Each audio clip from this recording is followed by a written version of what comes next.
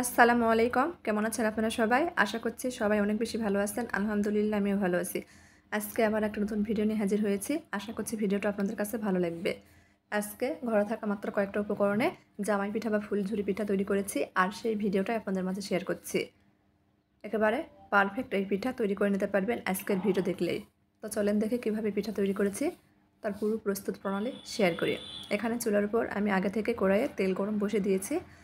এখন তেলের মধ্যে এরকম পিঠার দুইটা শাঁস নিয়েছি, শাঁস দুটো দিয়ে দিলাম, ভালোভাবে গরম করে নেব।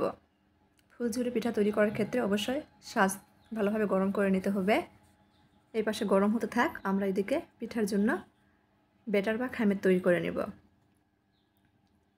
এখানে একটা বাটিতে আমি 2 কাপ চালের গুঁড়া নিয়েছি, ওই কাপে মেপে 1 কাপ আটা নিয়েছি, হাফ কাপের একটু বেশি চিনি দিয়ে দিব, আর এখানে 2টা ডিম দিয়ে দিব। আমি একটু পিঠাটা বেশি পরিমাণে তৈরি করে রাখবো, কারণ এই পিঠা সংরক্ষণ করে বেশ কিছুদিন রাখা যায়।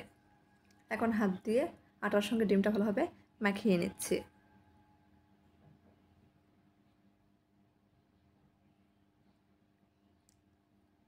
মাখানো হয়ে গেলে এখানে আমি দুধ নিয়েছি, অল্প অল্প করে দুধ দিয়ে পিঠার ব্যাটার বা কাই তৈরি করে নেব।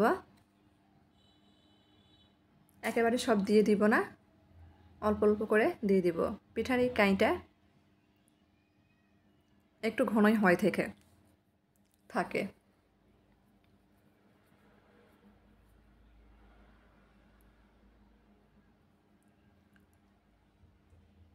অবশ্যই একটু সময় নিয়ে পিঠার কাইটা তৈরি করে নিতে হবে।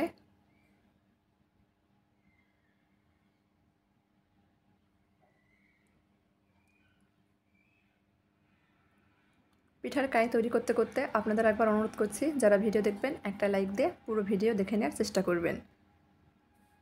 ভালোভাবে খামির করে নিয়েছি। এই পর্যায়ে এসে এখানে আমি 1 টেবিল চামচ গুঁড়া দুধ দিয়ে দিয়েছি।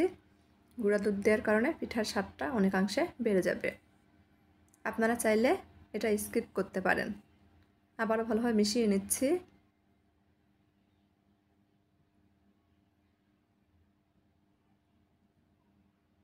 দেখেন পিঠার এই ব্যাটারের ঘনত্ব কীরকম হবে। এদিকে তেলটা ভালোভাবে গরম হয়ে গেছে। আমি পাশের চুলায় ছাঁচটা বসিয়ে রাখলাম, এই পাশে গরম হতে থাক। আমি চুলার পর একটা ফ্রাই প্যান বসিয়ে দিয়েছি আর সামান্য পরিমাণে তেল দিয়ে দিব। এই তেলেই পিঠাগুলো ভেজে নিব। তেলটা গরম হয়ে গেছে। এখন একটা শাঁস নিয়ে পিঠার ব্যাটারের মধ্যে দিয়ে দিচ্ছি। ব্যাটার লাগিয়ে গরম তেলের মধ্যে দিয়ে দিব। প্রথমে একটু তেলটা হালকা গরম ছিল, পরে তেলটা ভালোভাবে গরম হয়ে গেছে। দেখুন এগুলো পিঠা গরম তেলের মধ্যে দেওয়ার সাথে সাথে গরম তেলের মধ্যে দিয়ে একটু ঝাঁকাবেন, এমনি শাঁসটা খুলে আসবে। এভাবে সব পিঠা আমি গরম তেলের মধ্যে দিয়ে দিব আর উল্টে পাল্টে ভেজে নিব।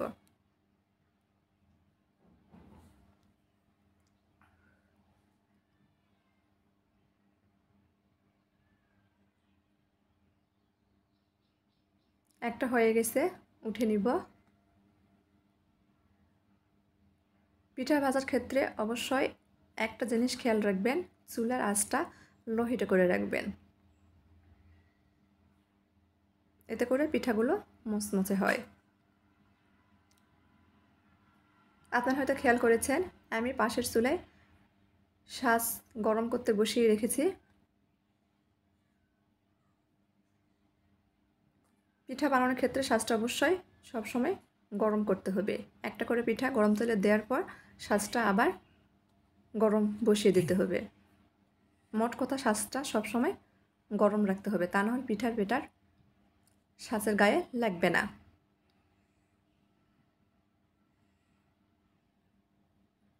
আমি 2টা শাঁস নিয়ে 2 রকমভাবে পিঠা তৈরি করছি।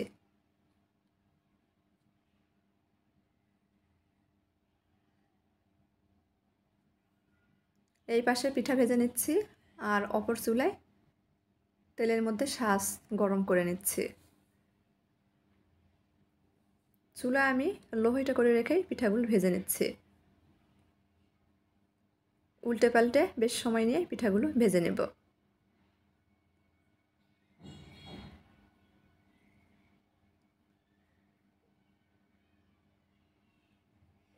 আপনাদের আরও কয়েকটা পিঠা ভেজে দেখাচ্ছি। পারফেক্ট পিঠা ভাজার জন্য অবশ্যই আপনাদের এই টিপসগুলো ফলো করতে হবে। যে শাঁসটা আপনি সবসময় গরম রাখবেন, পাশের চুলায় তেলের মধ্যে দিয়ে রাখবেন, শাঁস সবসময় গরম থাকবে।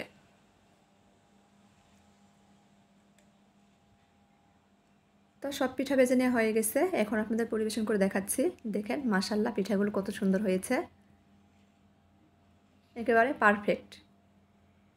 আজকের ভিডিওটা দেখলে যে কেউ পারফেক্টভাবে পিঠাগুলো তৈরি করে নিতে পারবেন। যদি আমার আজকের ভিডিওটা আপনাদের একটু ভালো লাগে, দয়া করে আমার চ্যানেলটি সাবস্ক্রাইব করবেন, লাইক কমেন্ট শেয়ার করবেন, আর নিয়মিত চ্যানেলের পাশেই থাকবেন।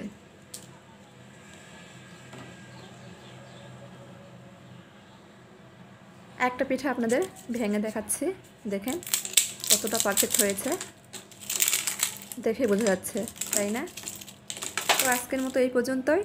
সবাই ভালো থাকবেন, আবার দেখা হবে নতুন কোনো এক ভিডিওতে ইনশাল্লাহ। আল্লাহ হাফেজ।